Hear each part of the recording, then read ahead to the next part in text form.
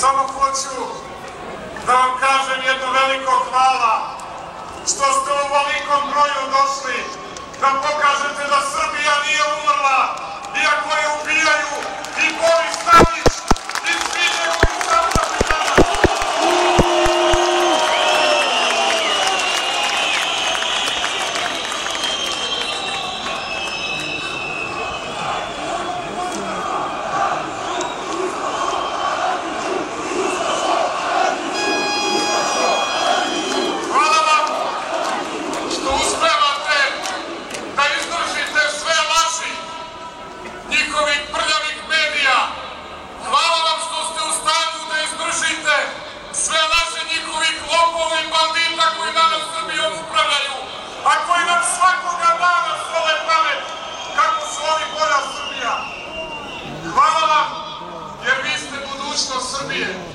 I pored straha koji su širili,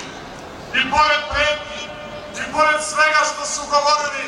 vi ste danas ovde desetine hiljada Srba, desetine hiljada